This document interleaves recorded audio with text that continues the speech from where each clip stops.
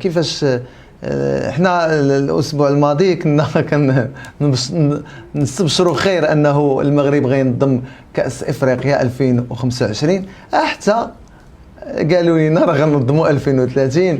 هذا الشيء راه كيبقى يعني خدمه كاينه في الكواليس، ولكن الحمد لله كاين خبر. كيفاش تلقيتها السي محمد الخبر؟ اولا قبل كل شيء اولا سعيد بالتواجد ديالي رفقه الاخوه الاعزاء الكرام اللاعبين وبهذه القناه المحترمه، وتحياتي واحتراماتي للجميع.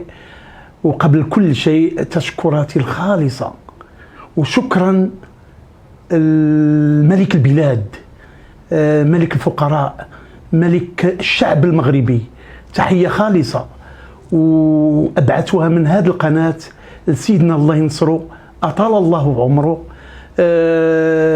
الملك اللي خيره كبير علينا بعد الله سبحانه وتعالى، اللي بهذا الشيء اللي وصل ليه المغرب، بهذا التقدم في جميع الميادين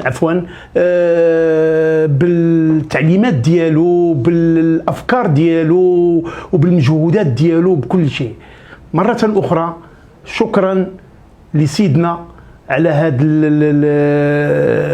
هذا التتويج وعلى هذا الافتخار للشعب المغربي، خاصة بعدما اعلن الديوان الملكي على أن المملكة المغربية اللي كانت تعمل ما في وسعها ابتداء من 1994 أنها سوف تقوم بتنظيم كأس العالم ديال 2030. وتلقيت هذا الخبر بواحد الفرحة لا تتصور، خبر ما يمكنش لي نوصفه، لأن الحمد لله نستحقه وجاء في الوقت المناسب تاعو. وقبل كل شيء أولا تنشكر جميع المسؤولين على القناة، وتنشكر الأخ الكبير واللاعب الكبير السي عبد الخالق صابر والسي عبد الرحيم فكري. السي عبد الخالق صابر جينا نتكلموا عليه ما غنساليوش، لأنه لاعب أسطوري، لاعب اللي خلى البصمات ديالو كبيرة في الساحة الرياضية وخاصة الكرة المغربية.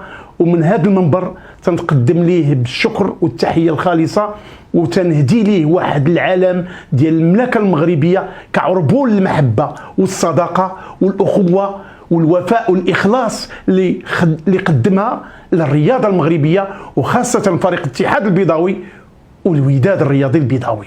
شكرا. تفضل. تحية للسي، شكرا. تحية للسي السعيدي، لأنه هذا